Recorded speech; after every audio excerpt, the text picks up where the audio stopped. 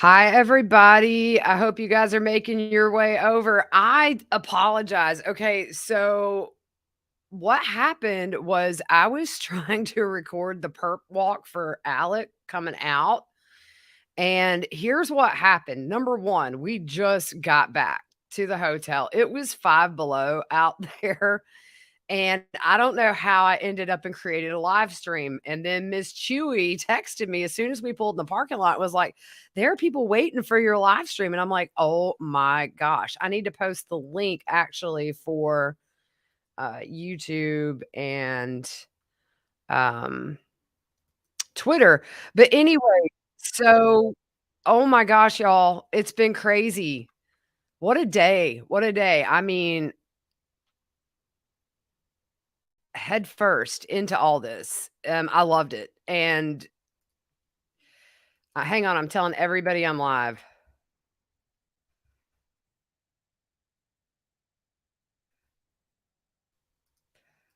Sorry, y'all. Um, can I say one thing? He is much taller than I thought he would be. He's super tall. He's got to be over 6 foot, 6 foot tall now, like 6'3", 6'4". Okay. So the coolest thing about being there today is just seeing everybody and how I've been to live trials, but I've never been like in front of a camera at a trial except once at Jodi Arias. I think I was inter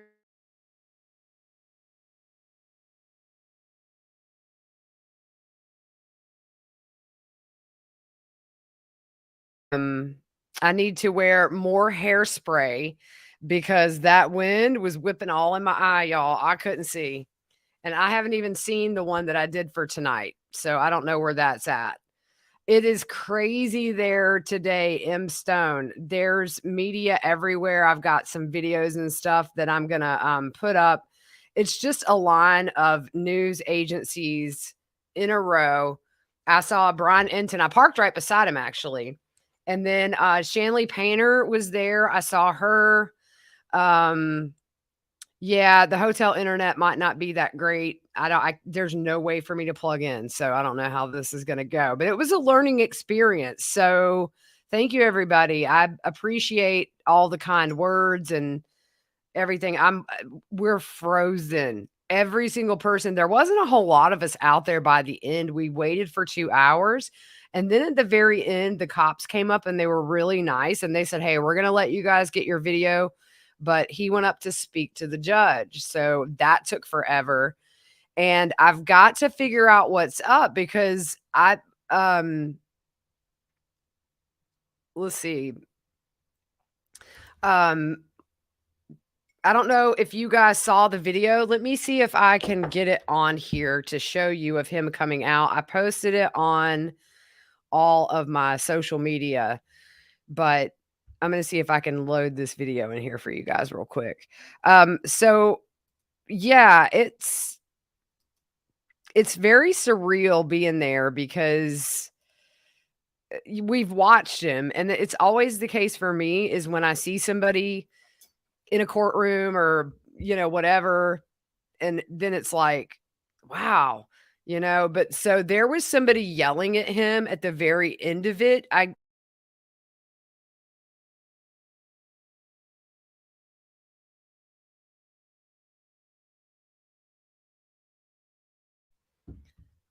wait, somebody said I look tired. I'm exhausted. Here it is. This is the video I just got like 20 minutes ago.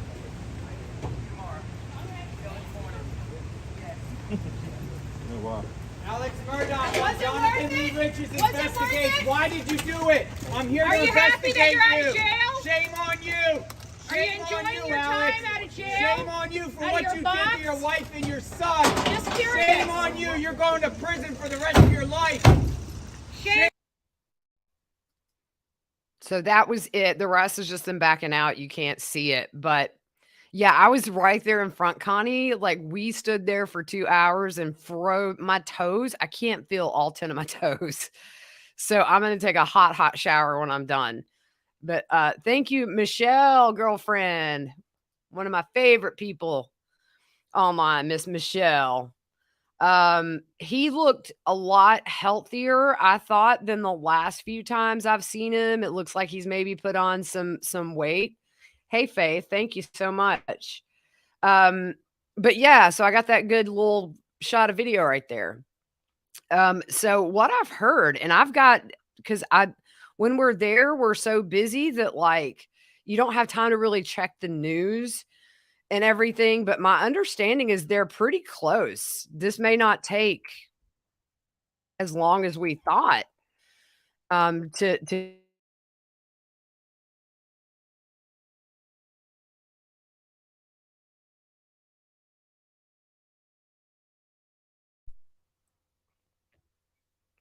is waiting on that Wi-Fi to come in. They would ask, what's your job? Are you married? What's your spouse's job? And then they would go through a long line of questions about, do you take care of somebody who's elderly? There were a lot of ways you could get out. And then people that were there for normal jury duty, if they had a hardship, they could come back in the summer. But at one point, y'all, and if you watched the little hit I did on Law and Crime, you would see this. They said, the first round of jurors, they said, if anybody here has heard of this case, watched something about this case or whatever, please stand. The entire jury pool stood.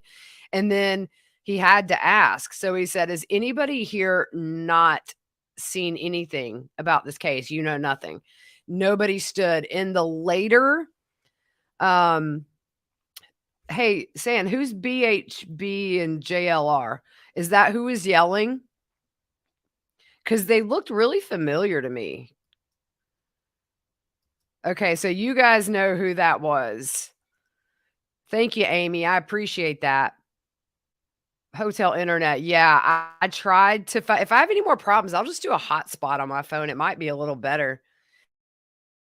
It was chaotic, but I have to say the town of Walterboro is just so I'm familiar with this town because my husband worked here for 3 or 4 years.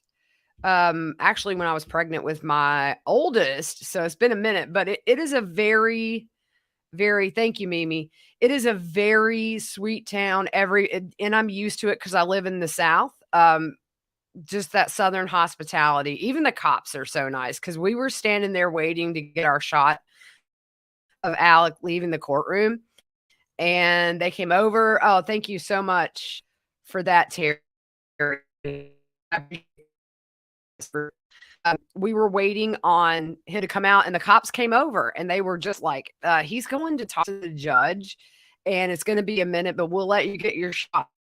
And came over and said, okay, it's about time to get your cameras ready. They were so cool. A lot of times I've been in places where they're perp walk, and they're like, get back, and they're yelling. And I'd actually moved my car onto that street because me and Elizabeth, who's the producer, we were so cold. And by the way, I have to shout out Elizabeth from Law and Crime. She literally has been like rocking it today, kind of telling me how to do things because it's different when you do a little thing on Law and Crime at home and you got your PJs on, like from the waist down, and then you're standing there with your little what you call a flag on your microphone, and you're live. Because if you screw up, you screw up. And then I did a hit at the very end where it just kind of talked about what happened today. But it is packed here. A lot of familiar faces you guys would know. Yeah, and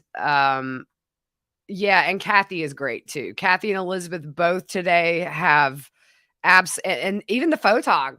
Our photog was like giving me tips and helping me and walking me through stuff. And it has just been an absolutely amazing first day doing this for Law and Crime Network. I've had a blast, and I've got good people with me that are going to kind of give me a crash course. And I've been watching a lot of Anjanette stuff from the George Wagner trial for Law and Crime to kind of prepare for this. But hopefully, every day it'll get better, and I'll get a little more comfortable in front of the camera.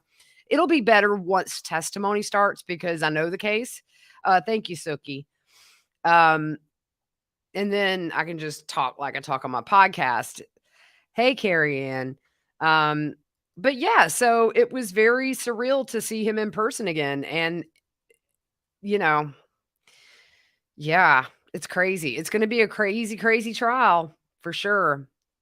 Because this layers, yeah, Pam, I totally overestimated how warm my hot flashes would keep me because I froze all day long. Look, I had this on and then I had a sleeveless black top under it. And yeah, your girl was shaking. Carol, I just uploaded the first 2 episodes of a crash course on this case. So it's 3 episodes, about 45 minutes. If you part 3 comes out tomorrow. So if you listen to those, you'll know enough by the time openings start. Because I knew a lot of you guys. Did I get to talk to any locals? Curious if they are waiting for evidence or have found him guilty already. What's interesting is there were a couple of jurors who were asked, that had said they had seen um, things about the case. And the judge asked one guy, is it going to affect your opinion on him? And he says, is it going to affect your ability to be impartial? And he said, yep. So they're like, bye. You're gonna have that. Hampton County's small. Walterboro's tiny. Hey, Hash Brown. So big thank you to the mods too, because Miss Chewy been holding it down when I accidentally put I was going live. And then as soon as we pull in, she's like, you have people waiting. And I'm like, for what? And I was like, well, let me run in and get some coffee to warm up and I'll go live. But yeah, it's cool. There's so many documentaries on the case. The best one I've seen is the HBO Max. They have a lot of footage from inside the hospital, the night of the boat crash and things like that. You see Alec going room to room, kind of getting the troops gathered to, give his narrative, which was that Paul, wasn't driving the boat. So, but you have to, for me, here's my question. Like for him, he's been doing this now for a while. He's been in jail, but it has to be so odd to sit in a courtroom as a defendant where you once stood as somebody, trying a case. And then you're pointing out your grandpa's picture when things are good and they take the picture down for this trial because everybody here knows almost for 100 years, they've held this county by the throat in that courtroom. I wonder what goes through his head, really. How embarrassing it must be to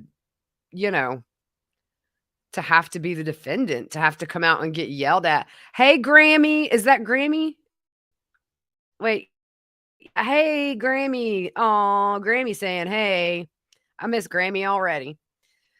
But yeah, so today was definitely a crash course in live reporting, and hopefully I get my sea legs a little firmer under me and go from here.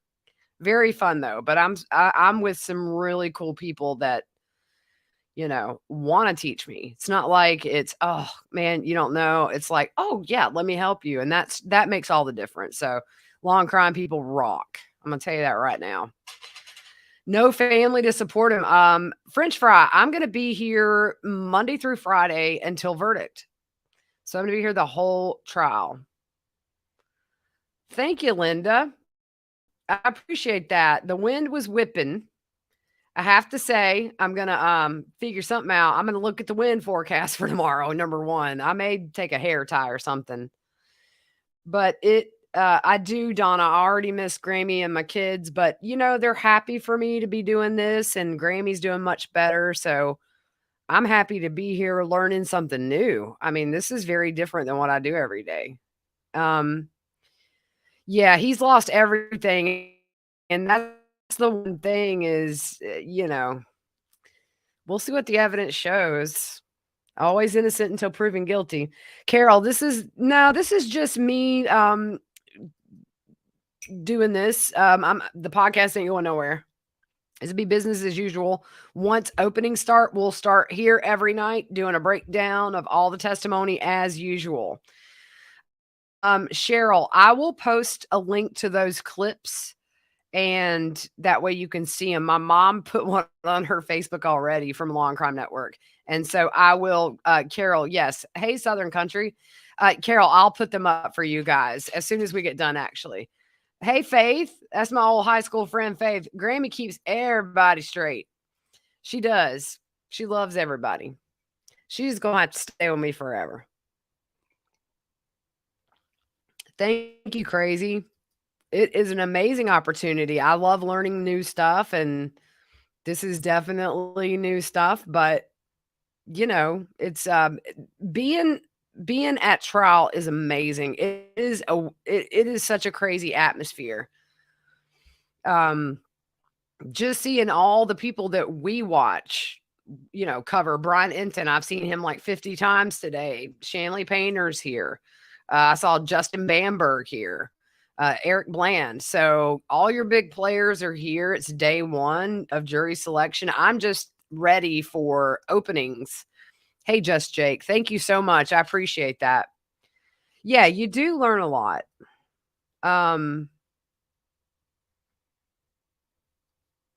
Yeah, so for those of you who just came in, I'm going to re-show this clip. I tag Law and Crime, Kathy, by the way.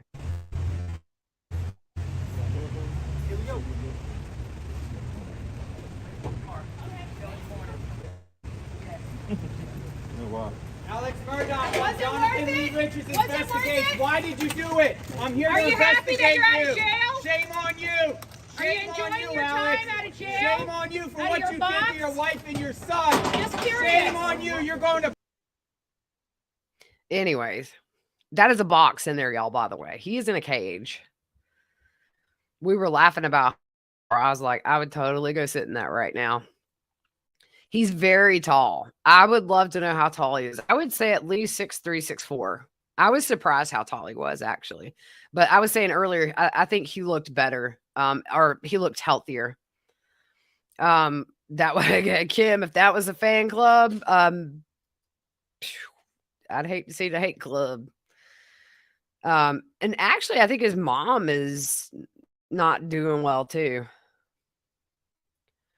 He is very tall. Bullhorn Betty. Oh, is that who that is? Okay. All right. Well, they weren't standing there really until the very end. A couple of us stood there for about 2 hours waiting on him to come out, and we were all shaking uncontrollably. I don't know what jail they have him in for trial. He was, I think, in Richland. Yeah. So he's the same guy that yelled at Ricky Allen and Bullhorn Betty. Okay, I got you. So I guess if I go to their channel, I can see their footage. Okay. Wasn't she also outside the Petito house when Gabby was yeah, he's really tall. The Snapchat rep. Yeah, that's kind of what everybody's wondering about, because apparently Creighton Waters said that was very huge in their case, and we were talking about that today. So I'm wondering what that says. It was sent at 7:40 something. We know the video that they found on Paul's phone was around 8:40 something. And so just Anjanette's not here, Hash Brown. She'll be in next week. I cannot wait for her to get here. Thanks, Amy. It's so good to see you, girlfriend. So yeah, the last thing I heard the judge say was the group that was last, and it went till nearly 7. I mean, it was late. He was supposed to have a very strict 9 to 5 schedule, and that might be just for testimony once it starts. But I'm really excited for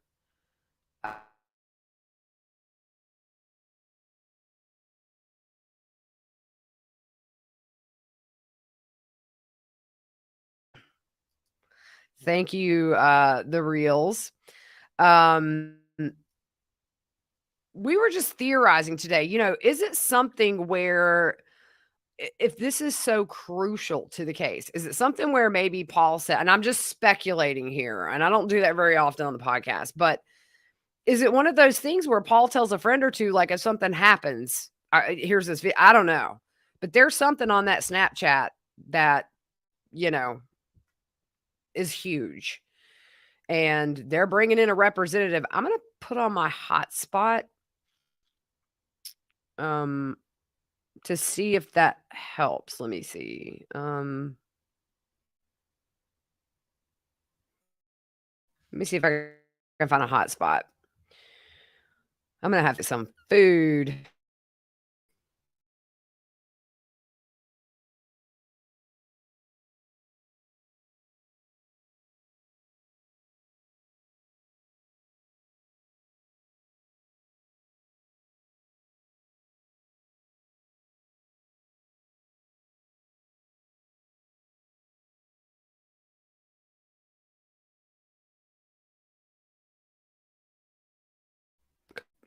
Okay, clearly that didn't work.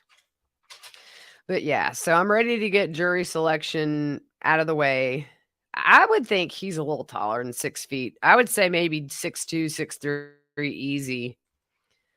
Linda, I haven't really heard how far they got today. We know there's 900. The pool of jurors is 900.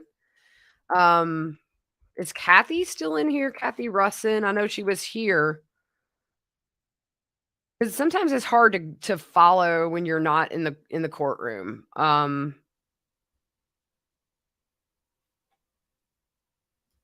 There's a picture of him grinning on a news site. They got a lot. The food trucks, Elizabeth, oh my gosh, hey girl, she's a friend of mine. Couple of days, yeah, so maybe not, like, all week, but there are some outstanding motions, and then there were some new filings today, which, I'm gonna go over maybe in an episode tomorrow. I'm gonna go over those. Okay, so Kathy Russin says the judge thinks he's going to get a jury Wednesday sometime, and then you got the motions, and then maybe we have openings on Friday. That would, you know, openings Friday and then come back Monday with testimony. Yeah, because I was surprised it went quick. There were tons of people shuffled in there today, y'all. The whole outside of the courthouse, sometimes it was almost to, like, the road. So they brought in a lot, and I think, they got somewhere, so that's good. Hopefully, they get a good jury in there. He's a big guy, yeah, for sure. How many have been excused? A lot. I don't know the number, but, the motions hearing is for tomorrow afternoon. Okay, thanks. I haven't been able to keep up with all that, so maybe I will do the motions tonight and drop that just so you guys know what's up. Part of it is about the blood spatter again, and we kind of we'll go over that actually tomorrow. Tomorrow's episode I pre-recorded. It's a lot of that is about the shirt and explaining why they want it out. The remaining jurors that qualified come back Wednesday morning. Openings likely Wednesday afternoon, according to Kathy. So motions hearing tomorrow afternoon. Remaining jurors come back Wednesday morning. Openings likely Wednesday afternoon. Wow. Thank you, Kathy. She just sent me a text. I appreciate that.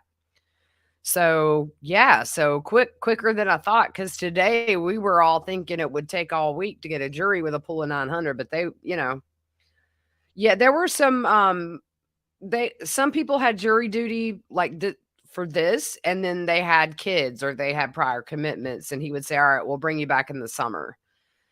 The food trucks. Okay, so Elizabeth, the food trucks were so good. I got it looks like he was not cuffed, because I see a picture here of him standing without his cuffs on, and he's got some legal papers in his hand. So the food trucks, I had barbecue, and I like the yellow mustard sauce, which is like a Carolina thing. It was so good. And then they have these things, y'all. I'm gonna come back and I'm gonna go on a diet, but they're called elephant ears, and they're like this big, and it's Pillsbury dough that's deep fried, and then they take melted butter and they spread it all over, and then they just pour cinnamon on it. And me and Elizabeth were like chowing down on that. It was so good. Well, she had a bite. I had like all of it. Bacon coleslaw. I did not try the bacon coleslaw, but I'm going to be here a hot minute. So I'm sure I'm going to hit all those food trucks. You know, here's the thing though. There is no little food truck for coffee. And if somebody in Walterboro's got the capacity and you want to make a ton of money, because I'm going to tell you, there was no coffee to be found around here today that I could find. There was one truck that had it, but they didn't take credit cards. So that's why I'm drinking coffee now. I'm also drinking it because I'm still thawing out. The low country is not supposed to be this cold. Somebody in Canada did not shut that front door. Let me see what that, look, I'm going to look at the wind chill here right now. What does it feel like? And I had on this tiny little thing. Let me see what it feels like here. Feels like 38 degrees. So yeah. Oh, thank you, Lee. I appreciate that. Yeah, so the food truck scene's really cool. There's a lot of different options, and there were actually locals just coming and parking because you're at the nature center. So the media is right across the courthouse, the overflow room in the nature center. You walk in and there's like snakes and everything in their little habitats. Took me a little by surprise. I might have let out a little scream because I was not anticipating walking right past a snake that was looking at me. But it's got a nice little gazebo in the back, and then the food trucks are over. And there's a parking area back there. So like a lot of locals were just like, hey, we're going to go eat food. It was awesome. You got over a foot of snow today, y'all. And keep that right up there. Yeah, thank you, Lee. Appreciate that.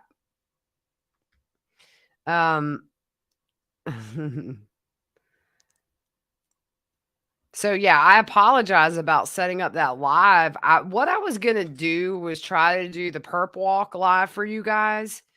And then it became clear that they had just let a whole new group of jurors go in. So I knew it was going to be a long time. And then honestly, y'all, I forgot because like my brain froze out there. Did I see Mandy Matney? I did not see her today. I did see Eric Bland. And I know Jen Wood wants to meet up. She's working there at Fitness News there. Not a ton. I mean, there were spectators there. There were some protesters. One guy had, it's like the meme. So he had the desk set up and it said, Alec Murdaugh is guilty, changed my mind. And then there was a group actually protesting something that's a local issue.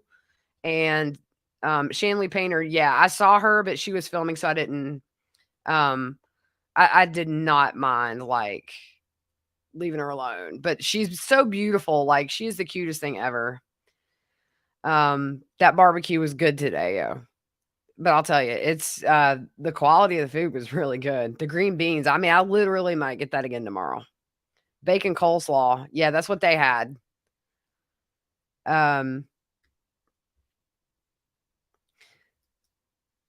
Oh yeah, it's gonna be interesting. I tell you, here's the thing, you know, and I always say this about juries. These are regular people that obviously have chosen not to go into the forensics field. And I'll tell you this, if I can't imagine these crime scene photos of the bodies and the autopsy pictures, because on today's episode that went out, I believe, for the podcast, I went through all the injuries, and Paul's and Maggie's both were devastating, but Paul's especially, it is going to shake that jury to see him laying there in the condition they said he was in. It's horrific. And I talked about it on the podcast too. It's interesting because, you know, we know Paul didn't have the best reputation and Mallory Beach and all that, but I'm guilty of not seeing him as a victim really until I read through that filing by the defense. Man, yeah, 503 decal, shotgun injuries are brutal. Okay, so for those of you who are kind of newer to the podcast, I used to work for the donor team. So when somebody died, I would go to the morgue And Linda, you might not be hungry after I tell my story. Um, so I would go into the morgue and either take out corneas for transplant for people that want a cornea transplant, or if there's a long list of reasons they won't take your cornea. Back then it was like if you had one tattoo. I think that's changed now, but there was a long list of reasons like they couldn't use your cornea for transplants. I would take the whole globe. But I was often in there when they were doing homicide like autopsies, and they had brought in a couple of people who had point blank shotgun to the face, and I still see it. It was traumatizing to see. And so you think about this jury and what they're going to have to look at on that screen in the courtroom, and those injuries were just devastating. Oh, Kim, I mean, it's just I'm an organ donor. I have a cousin who's not too much younger than me, and she's had a kidney transplant. And her transplant came from a young lady who was like 17 that was visiting Charleston, actually visiting colleges with her mom, and they had a car accident and can't take them with you. So give them to somebody who can use them, right? Miss Chewy, you a sweetie. Thank you. I try to keep it real. All facts, no spin, right? Yeah. So I don't know. It's been interesting hearing the chatter around today. There are people who think he was there when it happened, and then there are people who think there's no way he had the guts to pull the trigger. You know what I'm saying? I don't know. Like, I think he was there. I don't know, y'all. What do y'all think? Do you guys think that he actually pulled the trigger on both? On both. Thank you, Miss Donna. I appreciate that. Thank you, KCL. Do you guys think he pulled that trigger alone? I kind of feel like if there was a co-defendant, we would know by now. Yeah. I mean, that's where I'm leaning to, but man, I can't imagine. Yeah, I'm just curious to see the evidence. I'm very much ready for openings where we get kind of a summary of what they got, and then I can't wait to hear all the testimony. Yeah, I mean, the prosecution's theory is he did this, number one, to get some sympathy for himself because the financial world he had created was crumbling. And all that started that, I think with the boat crash. I think that was like that tiny little snowball that started that big one that went downhill. And it was just from there. Scott Reich, I sent him a message. I haven't heard back.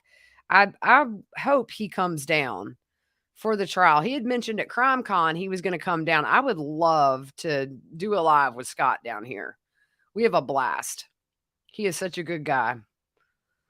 Yeah. Well, I mean, if you take away the murders, I mean, he's got 700 and something years in prison, or 400 and something years. It's like, but Maggie and Paul deserve their justice too. It's a lot of people ask that. The Colorado theater shooter trial sat in some of that, and he got hundreds of years, but each victim that was murdered or wounded deserved to have their sentence imposed.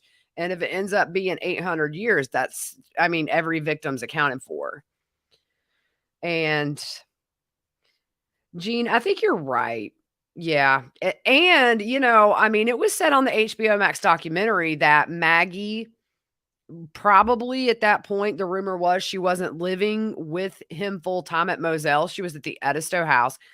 There were rumblings she had seen a divorce attorney in the weeks before the murders. And so when you come from a wealthy marriage and you're going to get divorced, what do? You get a forensic accountant. All that, along with the boat crash, I think was like just the icing on the cake, where it was inevitable. And then a few days after they were murdered, they were scheduled to have a court date where I believe he would have had to have given his financials up. I don't know if that's from a lawsuit or what, but do I think his partner in crime killed? Are you talking about Cousin Eddie? I call him Cousin Eddie because I love Christmas Vacation, and he's a cousin, and he's Eddie. I don't know. I really don't. I just don't know. I don't think so, to be honest. I really don't. Because you think about it, I think they would have found if anybody else.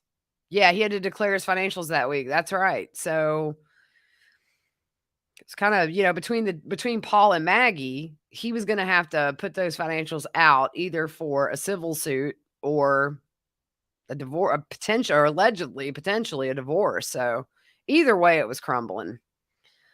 Yeah, I've been thinking about that, Corky. Maggie was the primary target. Paul was collateral damage. I do kind of agree with that, honestly. Um, I think that you're right. I really do think that Maggie was the primary target. And what's even sadder to think about is the series of shots on her body shows she was running away, and at one point was on her hands or on her knees, maybe supported by like her right hand. And then you get that very close gunshot to the back of the head. And with Paul, in that, it's so graphic and so disturbing. But Paul, when he was shot in the abdomen, he was very slowly walking towards the door. They could tell it said FW impressions. I'm assuming that's footwear impressions that showed he was moving after he was shot in the abdomen. And then I don't know, but he was shot in the back of the head. So I don't know if he turned around or what, but Cousin Eddie is someone the Square community isn't going to care about. He's a fall guy and a check cashing fool. Yeah. But I don't believe Alex would trust him with murder for hire. I tend to agree with that. I really do. Although it was like $2.4 million in, who writes personal checks when you're committing crimes? I mean, like dumb criminals. Really? How did you find out about the content of the photos? So that was released last week by the defense in like a 64-page motion about why they didn't want this t-shirt with the blood spatter to come in for a lot of reasons. Number one, the type of chemical that they used on that t-shirt to test it destroyed the shirt. And if you watch the YouTube version of the video or the podcast, the link in the description, I put pictures of that shirt on there. Then they say that the forensic expert that they hired from Oklahoma changed his findings about blood spatter. In the first report, he said that there really wasn't a huge way.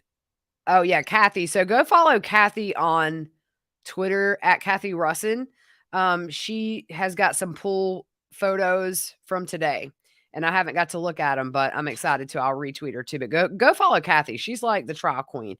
Kathy's like the OG. I think Kathy, her website was like the first true crime website I ever saw online. And she did it good, and she's still doing it good. He won't be getting his shirt back. No, he won't. So, but in that filing, they had somebody come in that had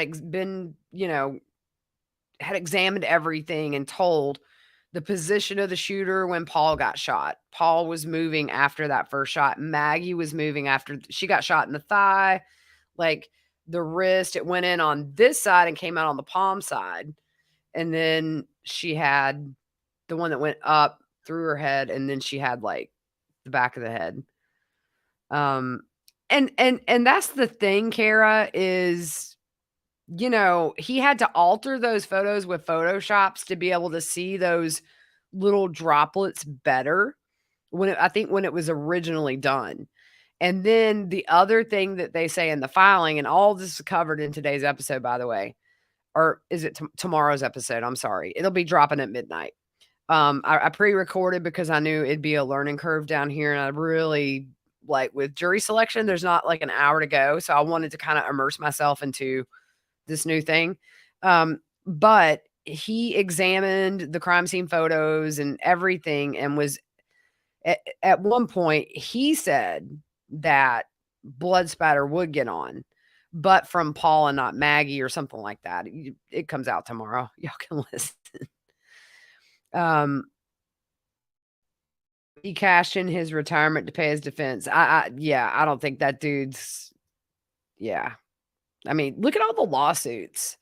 $10 million. He was able to steal $10 million from so many people who are vulnerable, people who had lost loved ones in accidents, people who had been, severely injured in accidents. There's the two sisters that were young that they just took all this money. He did. And then, you got Russell Lafitte, who just was found guilty in federal court. That's like the first of many. You got Corey Fleming, who's been indicted. Those aren't the only ones that are going to be catching charges because of him. It's going to be far reaching, and I don't think this story is close to being told.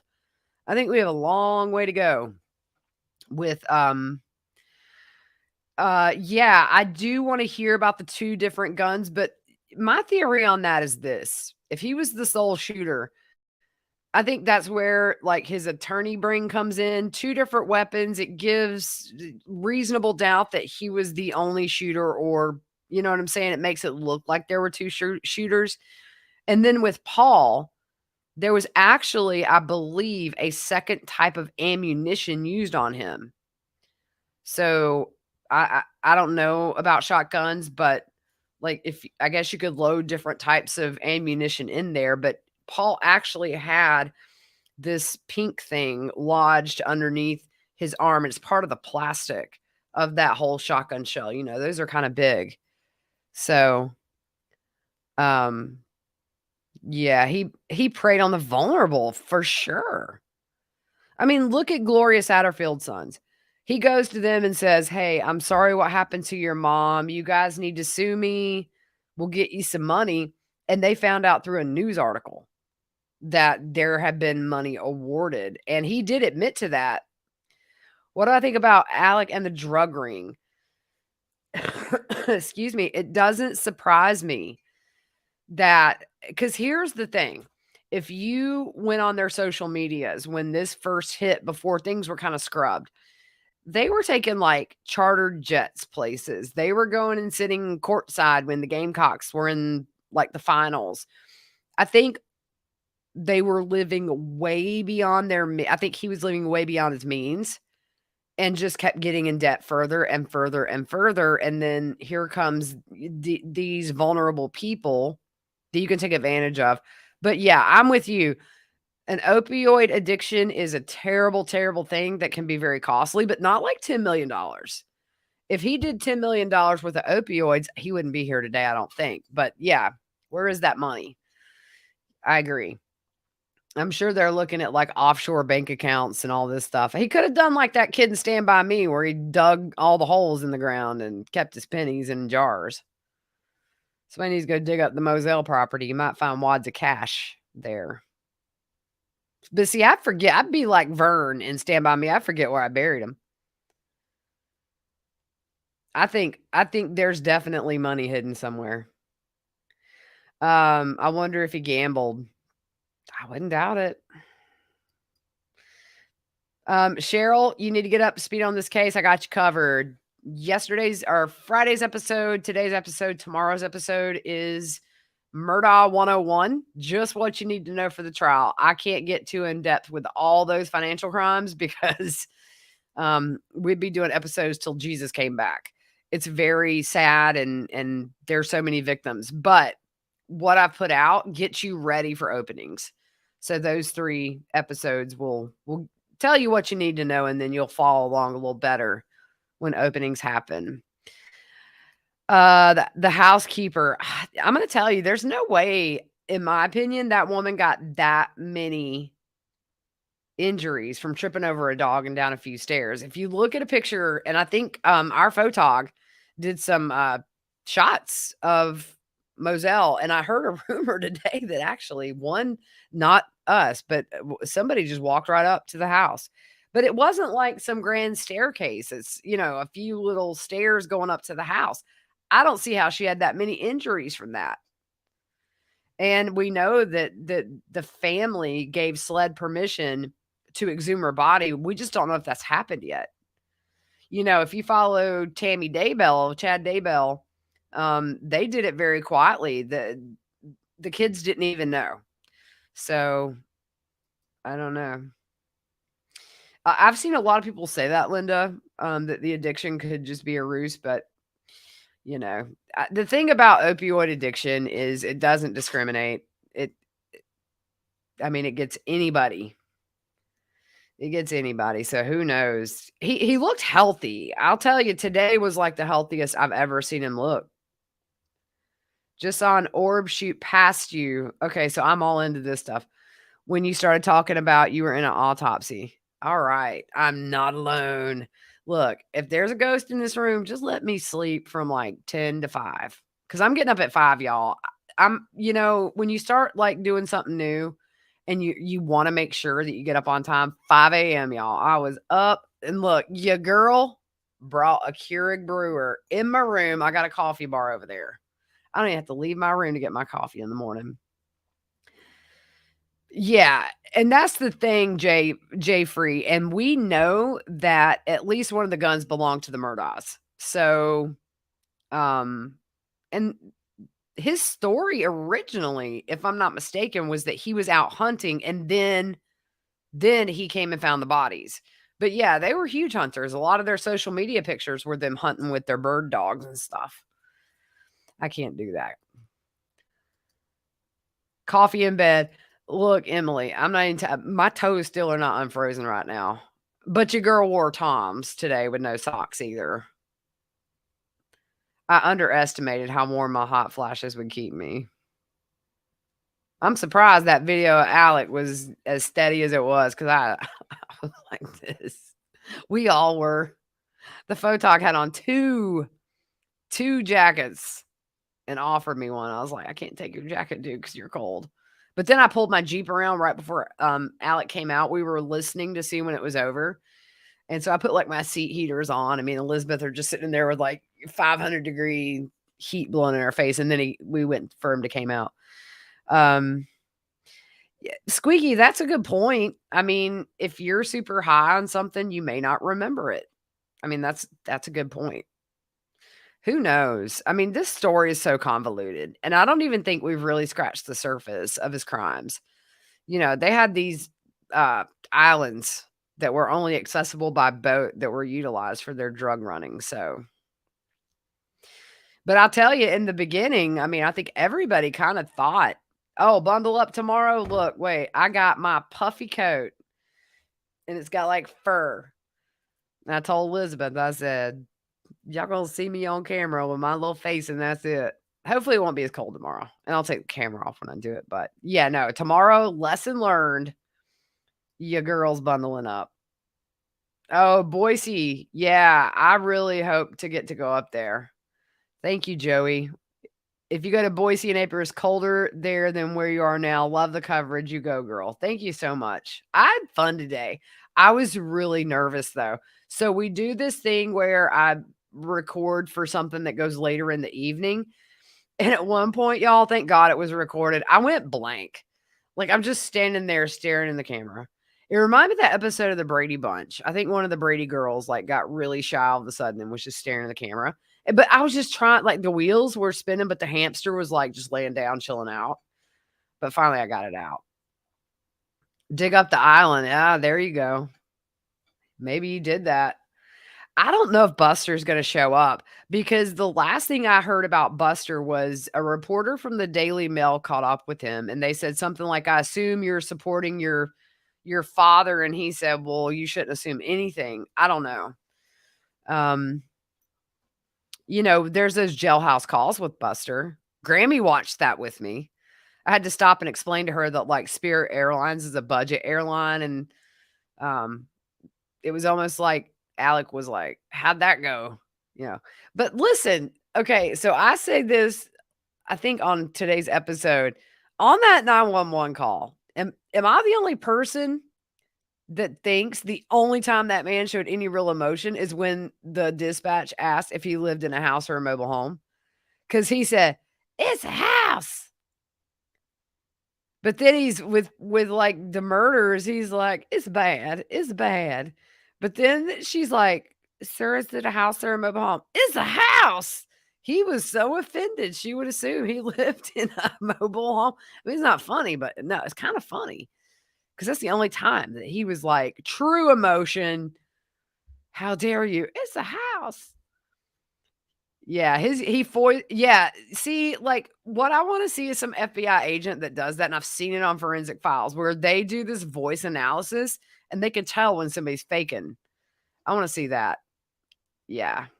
It's a house. Sorry, y'all, that's like, um, the Daybell courtroom will be filled to maximum capacity, yeah, for sure. I'm reminding you of Angela Wagner. "Jay, there's dog hair in my coffee." How dare she ask about a mobile home? Yeah, it was how's Grammy? Y'all FaceTiming before bed? I'm actually gonna FaceTime her when I get off here before I take a shower and try to warm up. She's doing great, y'all. Like, I'm so proud of her. Oh, I just used my Billy Wagner. Y'all, did y'all see that knot on Billy Wagner's head? I said somebody got tired of that teeth grinding. Popped him one. He's eager to take it to trial. And did you guys see the release by Alex's attorney last night where they say they're eager for him to be proven innocent so that they can find the real killers? By the way, I don't know if Cheryl, here's the funny thing. I have a 30-ounce travel mug that I bought before I came down here, and I filled that baby up, and it was gone by lunch because I was so cold. Yeah, the HBO documentary, that was really the best one that I've seen on it, with all that exclusive video from the hospital and the boat too. So, Katie, I appreciate that. I love what I do. I really do. Yeah, I have to be careful though, because I want to call him Alec. That's what we call it in the South. And it is so I listened to the 911 call like 10 times the other night. He does pronounce it Murdaugh, but I'm gonna tell you, everybody down here, you pass one person is different. Murdaugh. It's a southern way of saying Murdaugh. Alec Murdaugh.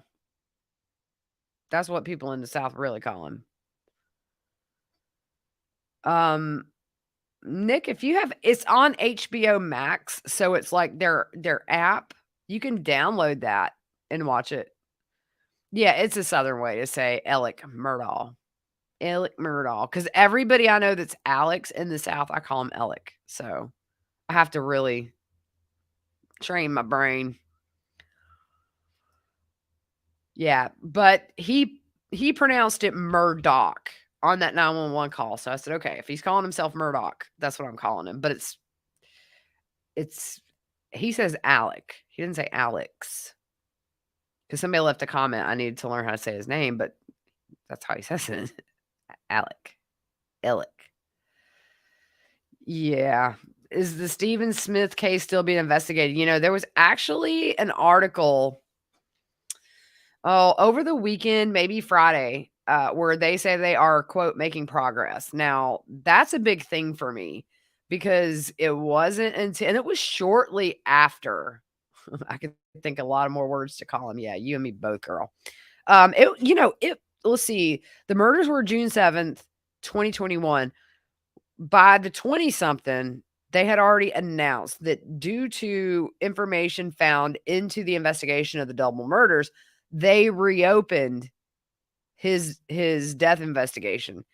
They found something, and I want to know what it is. Thank you, Sonny. I mean, and it could be let this trial get out of the way, give them time to solidify something, but I don't think we've heard the last of Stephen Smith, and nor should we. If you watch the HBO special, it does show some blurred out photos of his body in the road, and it is so staged. You don't have to be a forensic, expert to look at that photo. Kid's shoes are like barely tied, and he didn't even come out of his shoes. So, yeah. When they say due to information learned in the investigation of the murders of Paul and Maggie, Something's up. Something is up. Her mom, yeah. Hi, Crime Talker. Stephen Smith's mom, she is a strong, strong woman. I'm trying to get in touch with her down here. I would love to get an interview with her. She's just amazing. Very strong. Wants justice for her son as any mother would. Very, very strong. Yeah, Janine, cases that are this big. I mean, if you look at Lori and Chad and then you look at Murdaugh, before trials, there have been so many documentaries put out there about these cases, and people know. So today, when some people were asked, how did you learn about this case? Documentaries, the news, social media. Some people listed the things. And the HBO Max documentary was so popular and Netflix just announced they're doing one. Kathy says neither side wanted to change a venue. Yep. Well, look, I'll tell you this about I've reached out to a lot of people here locally to say, hey, do you want to do an interview with us just to talk about the Murdaughs or long crime, for long crime and talk about what it's like? No. Like people still, and it goes to show you the grip that family had on this region for nearly.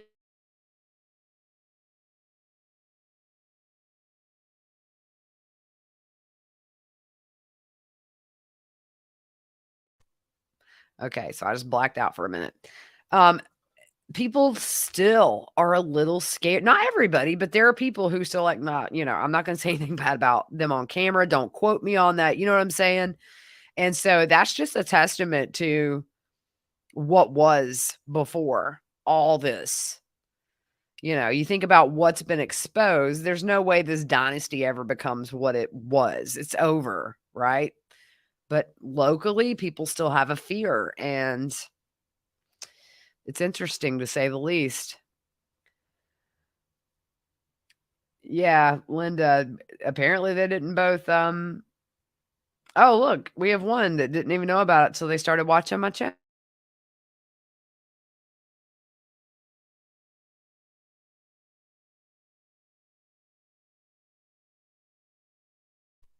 When I try to tell them about, like, Lori and Chad, they're like, "Who? What? How do they come in?" And it